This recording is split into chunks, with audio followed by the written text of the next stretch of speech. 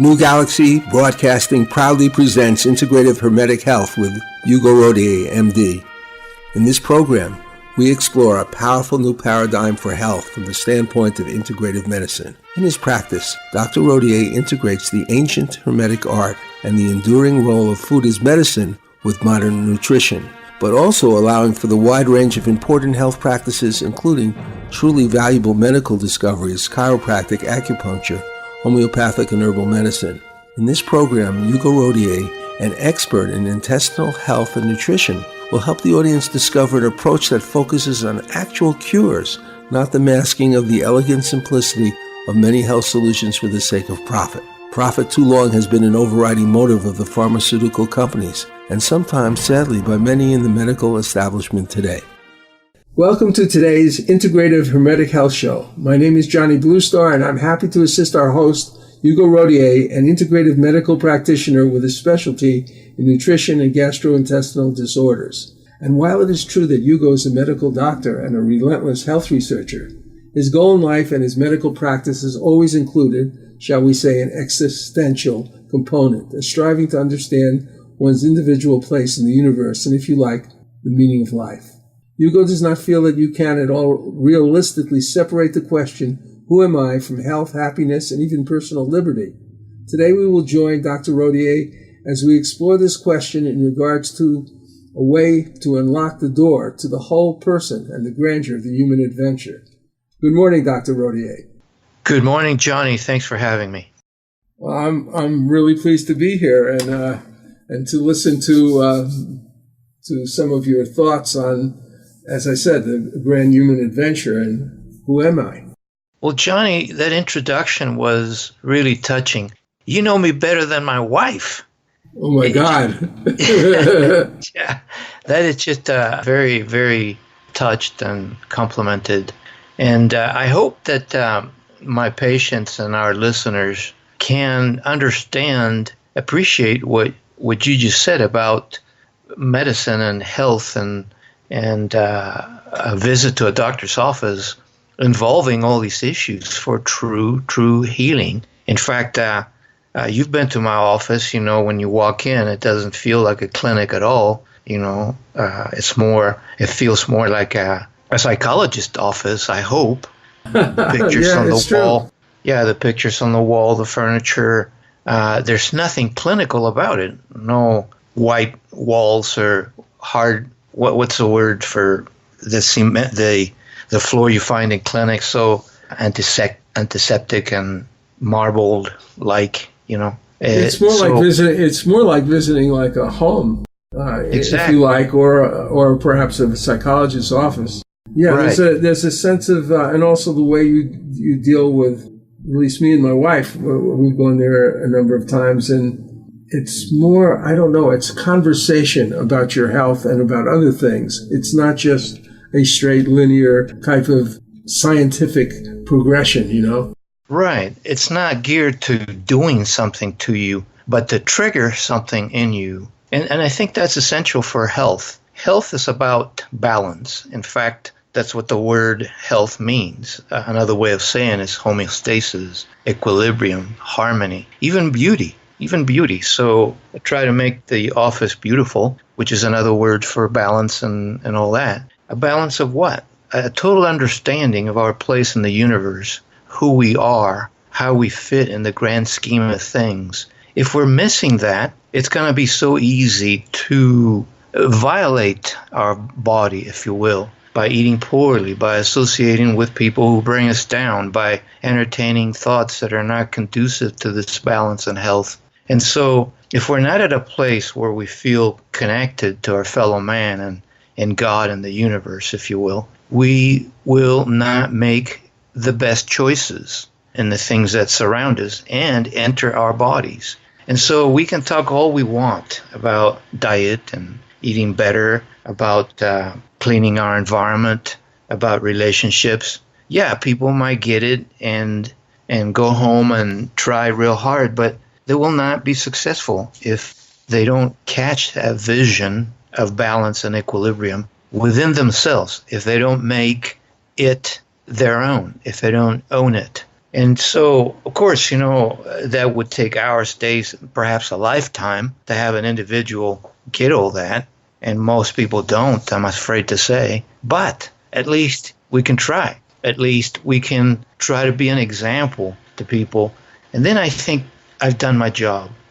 In the meantime, I just hope, like Don Quixote, trying to do the right thing, that people will catch this vision. And it's rewarding to me. I've always, I shouldn't say always, but since my earliest memories, I've tried to look for truth. I've been a seeker, and that's why I've been a bit of a rogue in the field of medicine, because I feel it's totally misguided. Yes, there's a lot of good in it, about 10%, and that's a figure that I found in medical journals. Yeah, okay. I'm sorry. 10%. I intuitively agree with that percentage. Well, that came from the JAMA, an article that came out about 5 years ago, and perhaps I can find the reference on a break. But that's why I think it's so critical to know who we are. In fact, if you think of the Temple of Apollo in Delphi, what's on top at the entrance? I mean, sorry to put you on the spot, but I think you know the answer. I don't think so. I don't remember. I'm sorry. All right. Know thyself. Oh, Gnothi Seotan. Yeah. See, I knew you knew. Well, I thought you were talking about a statue or something. Oh, no, right over the entrance. Well, that is critical, and it's that very place that a friend of Socrates went to try and find out who was the wisest man in Athens. And the oracle said, Socrates. And Socrates spent a long time trying to figure out, why the hell am I the most important, the wisest person in Athens? And what he found out was that when he asked questions of philosophers and scientists and artists, he found out that they all thought they knew everything. They thought they had answered all the questions, and yet he knew that he didn't know, and that's why he was the wisest. Yeah, of course, the cynics among us will bring up the research showing that the temple in Delphi sits on top of some fuming hot springs, and they claim the vapors kind of make people become more mystical and more hallucinations, if you will. But hey, what's wrong with that? I mean, a lot of people use pharmaceuticals or other herbs to reach a state of consciousness that will help them with that. And I think, hey, to each his own. I think we can reach those stages without pharmaceuticals or herbs. Be that as it may, it's not the point of the story today. The point is to really know ourselves, and then we can have a better balance and better health. And that's what the show is about. And that what Socrates learned about himself is something that a lot of people perhaps could learn, which is that thinking you know something and actually knowing something are different things. Exactly. And our whole culture is based on kind of getting people to think certain things, whether they know it or not. Well, we live in a materialistic society, and the bottom line is results and profits and very hardcore left brain type of facts and a view of life that negates our true identity. And that's why the question is so critical, the sentence is so critical, know thyself. By now, most people know I'm a Mason, and it's no secret. I'm not revealing any secrets or mysteries from our Masonic lodges. But when we open a lodge, the very first thing out of the master's mouth, the guy in charge of opening the lodge, is a statement that asks pointedly for you, or tells you pointedly to remember, keep in mind who we are. And the second statement out of the master's mouth is that we're there for practical purposes, very practical, to subdue our passions. Well, see, if we don't subdue our passions, we're not going to have good relationships. We're going to muck up the environment, driven by economical, materialistic, energy type of issues. And most certainly, we will not hold our tongue in more ways than one, lack of prudence, and we're going to eat poorly. And so if we learn who we are, if we get it, then we will be able to subdue those carnal appetites that can be deleterious to human health. Yeah, I think that's really important. An interesting thing about who am I in this culture. The word I, in Latin is ego. And when you think about it, what we talk about when you talk about subduing the passions and also things like vanity and, self-love and in a narcissistic way, you're talking about subduing the ego. And the real idea of ego is much vaster and much more important than the lower personality, which in our culture, that's what the word ego has become. Exactly. And, this can become a very involved argument, what the ego means. But by ego, we don't mean to say that we need to stop thinking, we need to stop being rational, but that we realize that our ego is a tool to our spiritual being. And so, I have to bring up this book that I just read, and it's about a woman who had a near-death experience, Nancy Dennison. And I was so impressed. There are so many books out there written by people who have come back from the veil, if you will.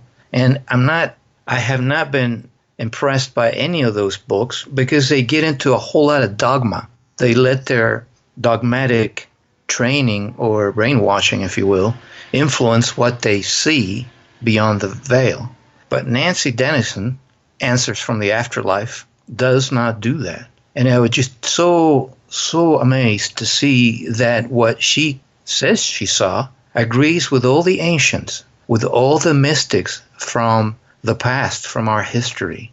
Those people who don't have an interest in creating a church or a theology or a religion, those people that understand that we are spiritual beings, raised from a divine light, and that is who we truly are, and we forget, imprisoned in our carnal flesh, if you will. Well, I'd like to return to that question that you're finding some answers to in the after-death experience, but we're going to take a break now for a couple minutes, and I'd like to return to that immediately afterwards.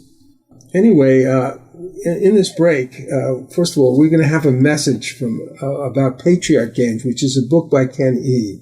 In most of his novels, Ken features certain critical social problems he wishes to address.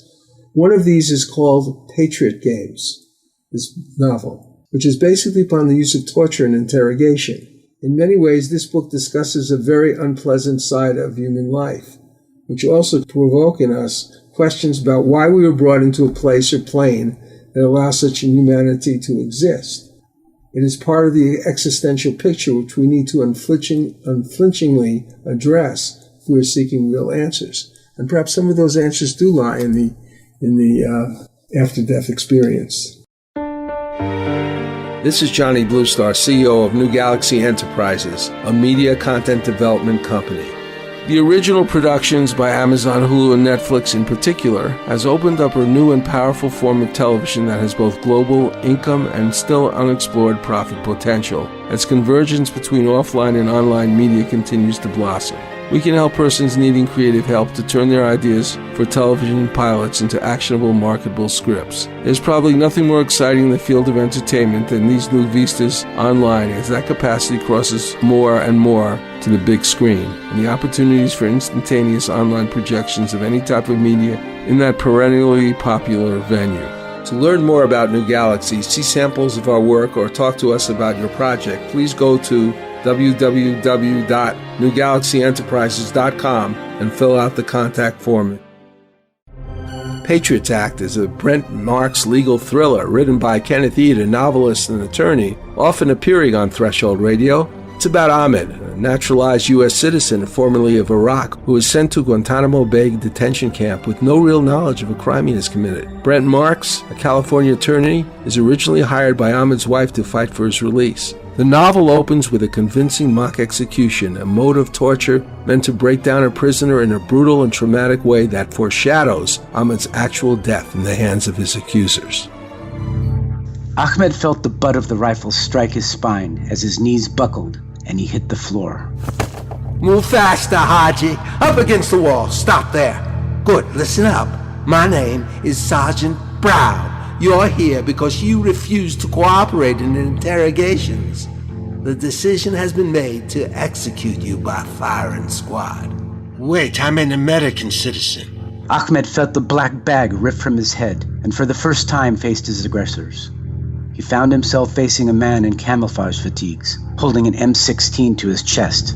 Beside him, an 8-man firing squad with their rifles in ready position. I have the right to talk to an attorney.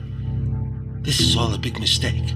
Brown fastened a leather strap around Ahmed's waist, pinning his spine to a wooden post. Yeah, a big mistake. You should have cooperated when we asked you about your superiors in Al-Qaeda. I don't know anyone in Al-Qaeda. Do you have any last statement, Haji? But I repeat, do you have any last statement? I'm not a terrorist. I'm an American citizen. I've a right to a lawyer and a trial. You've denied me these rights. You will answer to God for your crimes. I think you can see who has all the rights here. Ready? Aim! The 8 pointed their rifles at Ahmed. Shivering uncontrollably, Ahmed's knees gave way, and he hung on the post like a man crucified. Fire! The deafening explosion of the 8 rifles was the last thing Ahmed heard. He felt the bullets hit his flesh, and his body crumpled forward, hanging lifelessly from the post like a scarecrow. Today we will be presenting 3 songs by the cosmic rock band Lightstorm, created by a husband and wife team, Jonima and Caluso Wintergate. Their songs are often spiritually centered, and their mission in life, as in their music, is always to tear away the veil that keeps this planet and its human populations from reaching their full potential, which is what we're discussing today. The first song is called Love is the Source. Later in the show, we'll be playing Love is Enough and The Dance of Love. Here we go.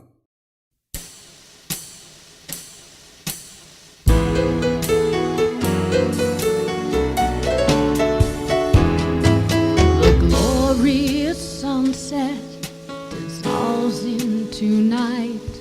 My mind disappears in its flame. Alone once again to simply just be and lose this form and this name. In silence, in a silence, I remain.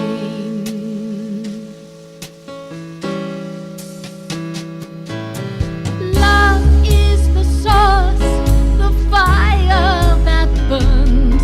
It whirls in the silence that is. Has light, has love, and has bliss. It is my lover's kiss, eternal bliss.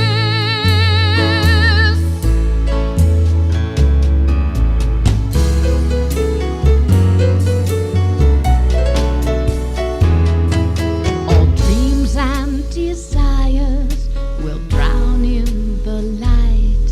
Attachments will no longer bind.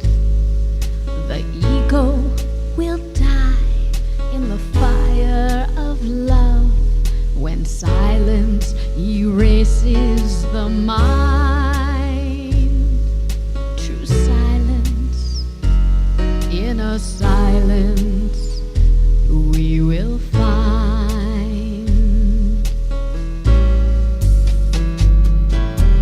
Love is the source, the fire that burns. It whirls in the silence that is. Has light, has love,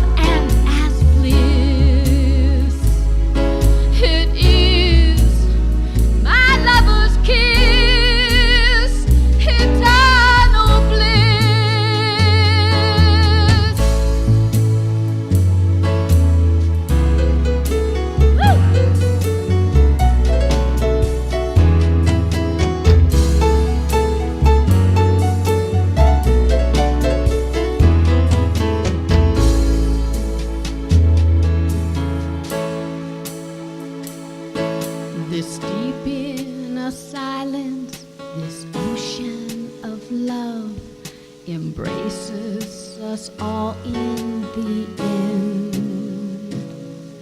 We'll all reach the goal, awareness of self, true oneness we will comprehend. With silence, inner silence, as our friend.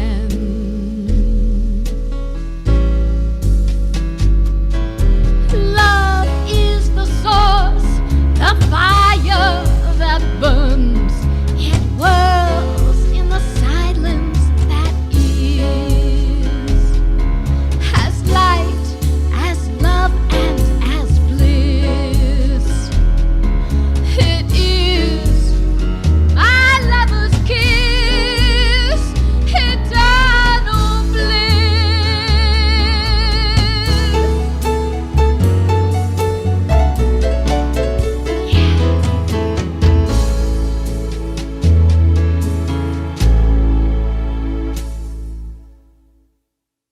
We're back with Dr. Hugo Rodier. We've been discussing a book by Nancy Dennison. Can you tell us a little bit about that book, which is about the near-death experience? Sure. Nancy Dennison is a lawyer, so she had been very left-brained and very materialistic and very much into power and dominion and making money. And so she wasn't indoctrinated into a specific ideology or dogma or religion. So I think her mind was more prepared to see what she saw without the prism of these training, these ideas that can color whatever you see. And her book, Answers from the Afterlife, is responding to people commenting on her experiences, which go quite opposite to what most people write about, crossing the veil. And rather than go into the book in detail, I think it might be better for people to read it themselves and not be influenced by our comments. But if, having said that, you might have a specific question about what she talks about. Well, how did she die? Just out of curiosity. If I recall, she died at the hospital. I think she had some kind of cancer. Uh-huh. Yeah. And so it was hard for her to come back, which she was given a choice to come back or stay there. She chose to come back to spread the word about what she has said. And I'm glad she did, because again, her comments on what she experienced are so different from other NDEers. Are you familiar with Daniel Brinkley? Yes. Well, that was I don't know what you think of him, but that was a very big breakthrough for me because he was such a bad person. You know, we were talking about the Ken Eads book. We just played it, Patriot Games, about people being tortured, and this guy was a CIA assassin. Oh my! and he came back. He came back very bruised, very sick. He had been burned by a lightning strike in his home, and very drastically burned. And he woke up in a morgue and pulled the whatever was covering him off, and he could barely function. But he was a completely changed person, and he had gone through a life review, and so he had looked at himself in an entirely different way. And so it was that was the first time I really got into it. This was years ago, but I thought it was amazing, and I've kind of followed him ever since. I felt that, that in the ND experiences I've seen, it's transformatory because they're in a place where they are surrounded by perhaps a truer sense of I than we are here, right? Exactly. Thanks for sharing that. Your comments triggered a whole lot of thoughts. The first one is that we've always heard from the ancients that those who fall and rise again have more merit and more strength than those who never fall. And that's been so reassuring to me because I've fallen a few times. Oh, really? Well, yeah, we all do. It's part of human nature. Someone who never falls. Were you being sarcastic? Yeah, well, Okay. You got me. That's all right. All right. Well, And so I pay more attention to people like Brinkley, to people like Nancy Dennison, to people like Wei Wu Wei. Have you ever heard of Wei Wu Wei? Only in Chinese restaurants. I don't know. Well, he writes as if he were some monk on top of a mountain in Tibet. But he turns out to be a 6'3", obese, white guy from Ireland, a millionaire. Ah. Yeah. And then the other guy that I really like is Balsekar, who's a banker in India. And so this is balance, strength and wisdom, the male and the female, the tough and the soft, the rich and the poor, the material and the spiritual.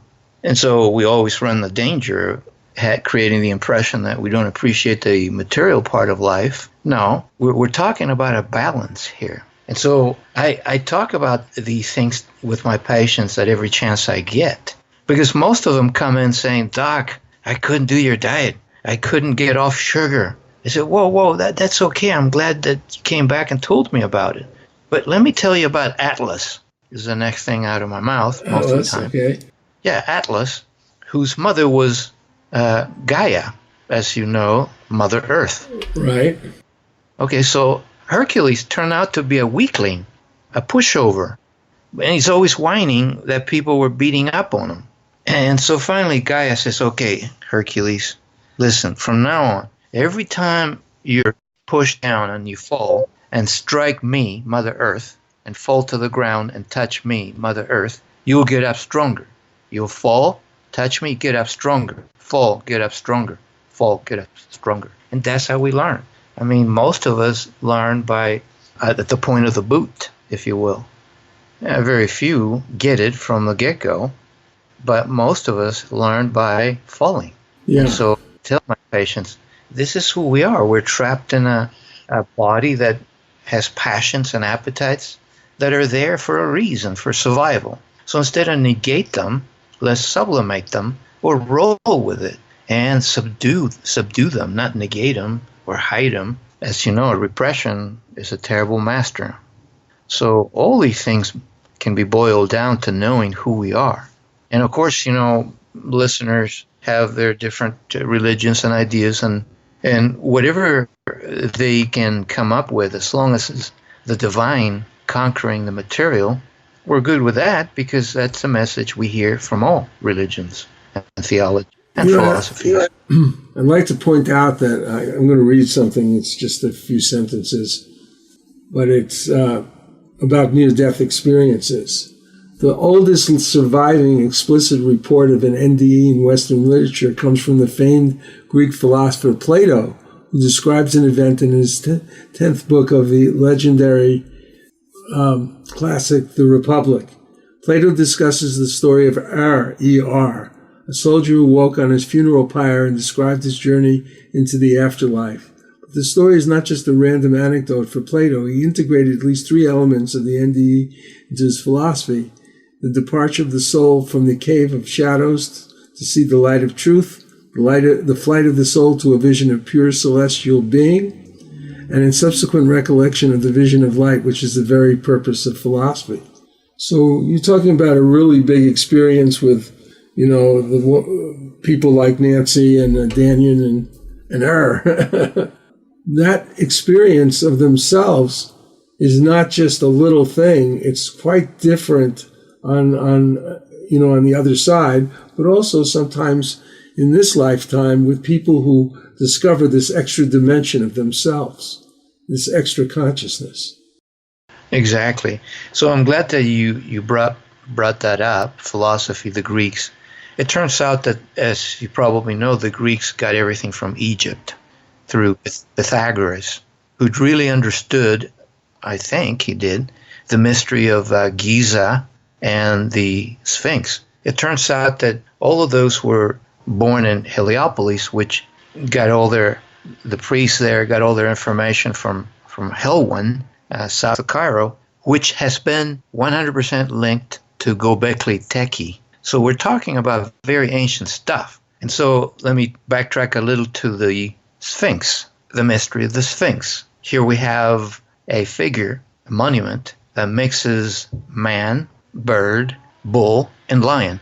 And these are very, very ancient symbols that have been found even in Göbekli Tepe. And so what does the mystery of the Sphinx say?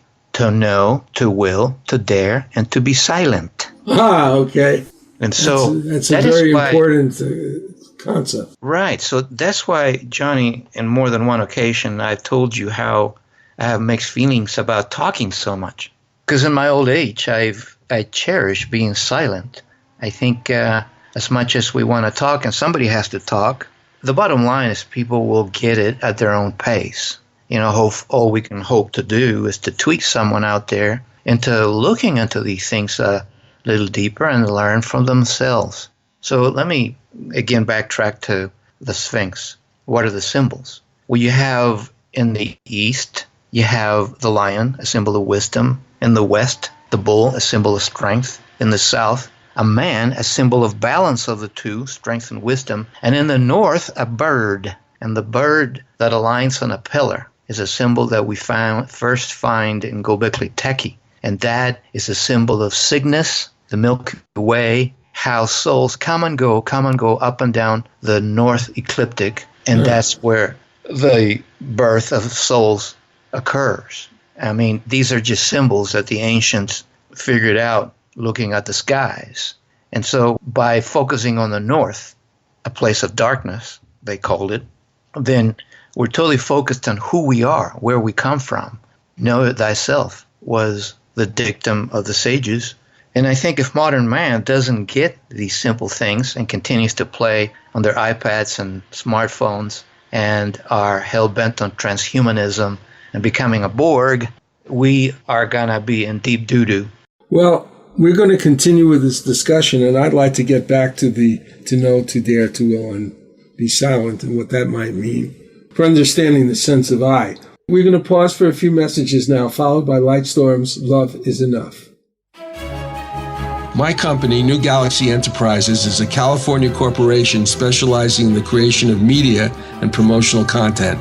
We are focused on original, innovative projects that are good for humanity. These projects could be nonfiction books or novels, fictional screenplays or documentary content, websites and website content, commercial advertising content for print, audio, or video products on the internet, television, or radio, musical scores for advertising, television, or film, video, audio editing, etc. We want to promote products and projects that support the environment, encourage a healthy experience in living, developing, nurturing, and useful technology, and offering platforms for positive, socially constructive entertainment or informative, transformative media. Our experience in creating a variety of products like this is rather vast, and we offer client-based and collaborative products, as well as the opportunity of active investors to join us in the creation and promotion of proprietary products, some of which are in latter stages of development. For more information, go to www.newgalaxyenterprises.com. That's www.newgalaxyenterprises.com. If you're interested in talking to us, just fill out the contact sheet and we will get back with you. If you're not fond of books, you may be interested in watching Dr. Rodier's slide presentation on his website, HugoRodier.com. That's HugoRodier.com. It lasts 48 minutes and explains the simple roots of all diseases with pictures and graphs that are easy to understand. The presentation includes basic principles of physics, philosophy, anthropology, and history to truly integrate the most vital pillars of human health.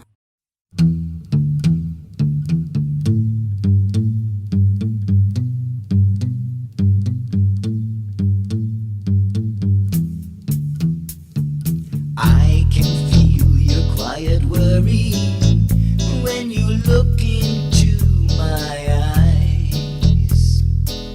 You think what will save our world from dying, from war, from greed and lies. Just remember love is power and know we are the light.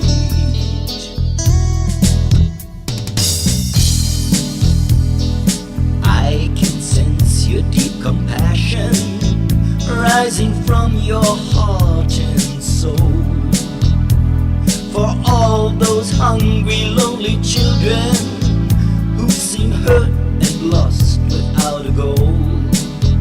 Just remember who we are and share your light and love.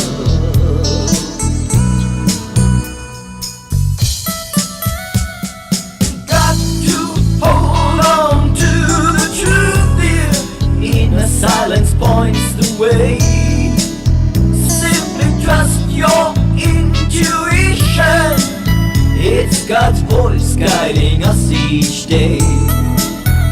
So fill each day with love. Shanti, darling, that's enough.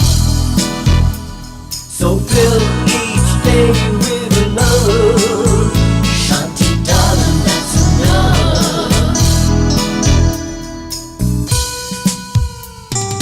Brother, Jesus said it plainly. Love thy neighbor as thyself.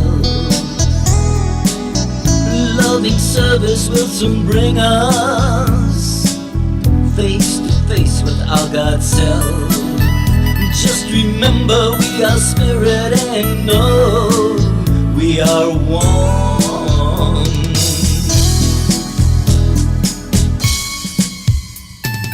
Got to hold on to the truth, dear. Inner silence points the way. Simply trust your intuition. It's God's voice guiding us each day. So fill each day with love. Shanti, darling, that's enough. I said start each day with love. Shanti, darling, that's enough. Then fill each day with love. Shanti, darling, that's enough.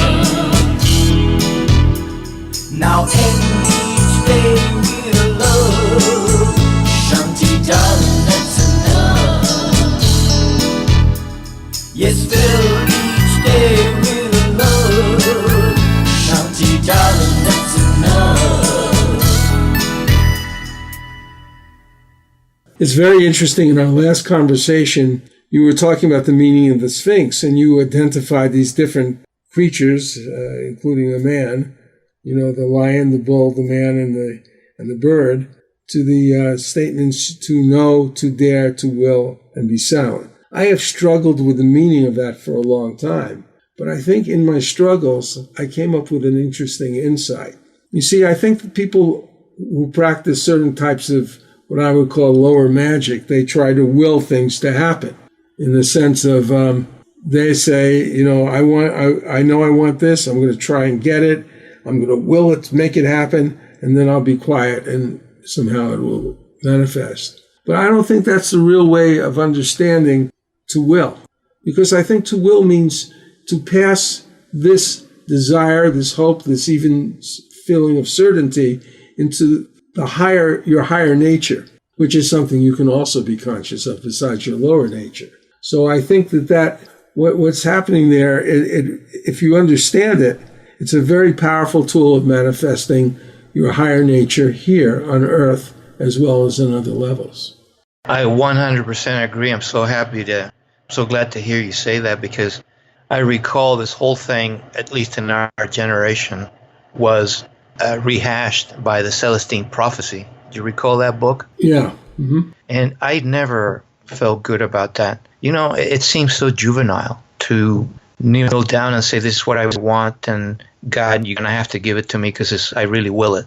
I mean, that to me just has never sounded right. Right. And it's totally contrary to what I've been hearing through the ages, through the ancient wisdom.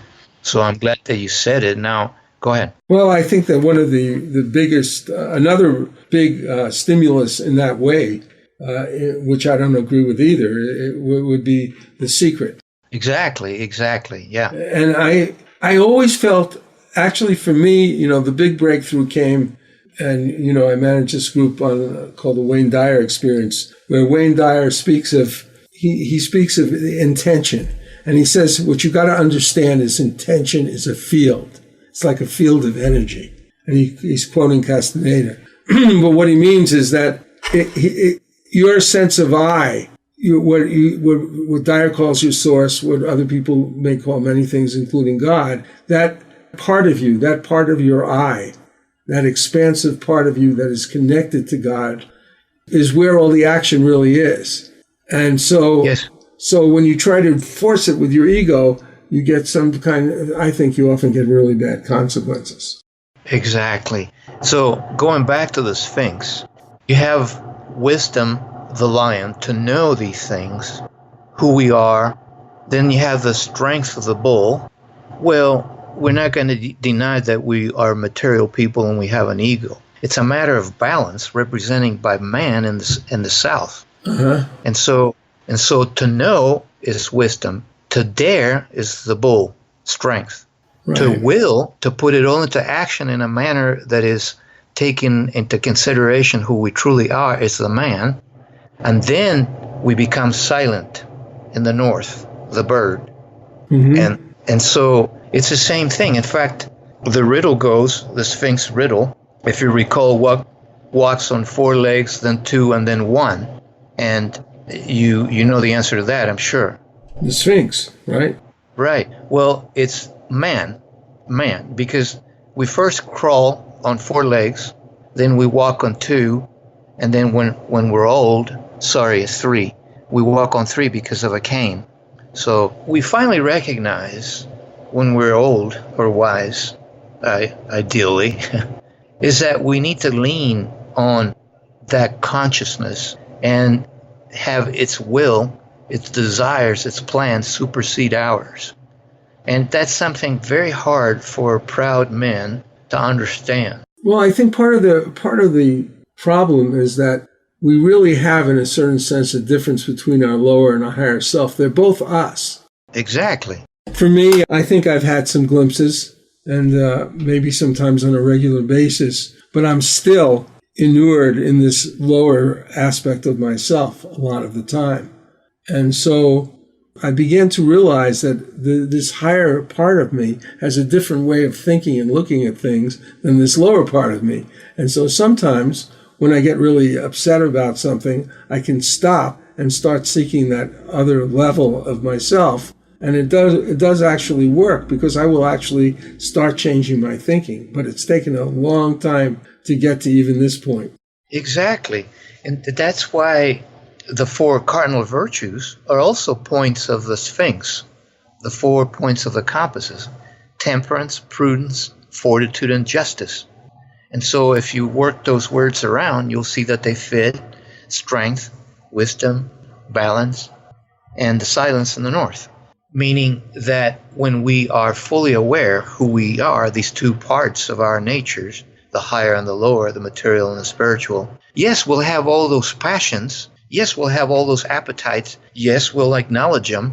But we'll have the prudence and the temperance to say, whoa, wait a minute. Let's count to 10 here. Yeah, it's okay. I hate the guy's gut. I do want to eat that pie, etc., etc. But you have that wherewithal where you can stop and say, okay, but I better not, because in the long run, in the long term, it's not good for me to yield to my passions. You know, there's another thing about the silence. So this is all related to health. Circling back to the beginning of the show. So we mustn't lose track of that. All these thoughts hopefully can trigger in people a desire to be healthy, a desire to stop, to get off the treadmill and truly be healthy, and stop relying on pharmaceuticals that only treat symptoms, to eat better, to eat your veggies, to exercise, to have relationships where you are committed to their well-being, to helping them, to refrain from judgment, to refrain from finding guilt in everyone. Of course, I'm not saying I'm above all these things. I'm just saying, having caught a bit of a glimpse of who we truly are, yes, I have my moments, but I'm more able to subdue my passions as I walk in other people's shoes and live my life on a daily basis. Yeah, I think that it's a discipline to know yourself, to find out the difference between this higher level and this lower level, because this lower level can often disguise itself as being very right, especially when it comes to justice. You want to just destroy somebody because they did the wrong thing. But if you look at those people who have done very bad things, but you still determined to look at them as a child of God with all the perfections in it, it can really change the way you look at them. And it can trigger that sense of love that I think is inherent in the higher self, which is not ordinary human love, but is something very special. Exactly. Well, we find all these messages in Christianity, and I always like to mention that because most of our listeners are Christians, so they might be wondering, well, how does all fit with the teachings of the Master? They're all there. Yes, they are. They're all there. Yeah. And allegories and pithy sayings of the Master. The one that comes to mind is when the disciples ask him, where's the kingdom of heaven? And the Master answers, well, it's not in the sky, or the birds would get there before you do. Well, it's not in the earth, or the cows would get there before you do, or cows or something like that. But rather, I tell you, it's within you, in your heart. And unless you become as a child, you'll never get it. Meaning, you have to put off your ego, is what the Master was saying, to truly see who you are inside. The sense of I that we have, which is in the lower nature, that's capable of expansion to a much higher thing. And it has, in other words, you don't really lose your sense of I. It's just modified and expanded in a certain way. Exactly. And as you do that, a lot of that floss, all that extra stuff, that negative stuff, sort of dissipates, and you can act more clearly and securely in what you do. Yes, it's such a paradox. I had a conversation with a Jungian psychologist the other day, and the ego thing came up, and he was a bit forceful, saying, no, this thing about denying the ego just won't work, because we needed to organize our thoughts. And he added, a mental illness is just an ego with a weak ego that does not understand boundaries. And, I left it at that, because it would have taken a long time to go through all this, but I understood his point. We need the ego. We need a good, strong, organized ego. And if we don't have it, we're mentally ill, true. But as we work on the ego, we mustn't think that it's all there is. And as you said, we can add to it, transcend it, go beyond, without denying it, as the good psychologist thought I was trying to say. Yeah. Well, I think that, as I proceed with my sort of adventures in ordinary life, I get glimmerings of how to do things better, how to do things in a more clear way, how to be more streamlined and efficient in accomplishing good things. And I think that your ordinary sense of self can be expanded, even in a practical way, by listening to your higher self. Exactly. And the ultimate paradox, and I'm not going to be as clear as I would like, because what I'm going to say, it can be a bit shocking to most listeners. But ultimately, Johnny, there is only one consciousness. To separate ourselves from our fellow man, from God and the universe, is an illusion. In other words, there is only a God when there's an ego. That's separation. In other words, all the language we use can really get us away from very simple concepts that we've known about for a while. And so, in a paradoxical way, to always think of us and them and God is an illusion. Does that make sense? Yes, it does. And a very good way to end our little journey today. I really want to thank you. Do you want to give some contact information for us? Yes, I can be reached through my website, hugorodier.com. Phone number, address, and is there, and also slide presentations, newsletters, and blogs. I hope people take advantage. Well, thank you for visiting us today. And after our official break, we'll end with a beautiful Lightstorm song, Dance of Love. For more information about Dr. Rodier's practice, books, blogs, and newsletters, contact Hugo Rodier, MD, at www.hugorodier.com. That's HUGORODIER.com.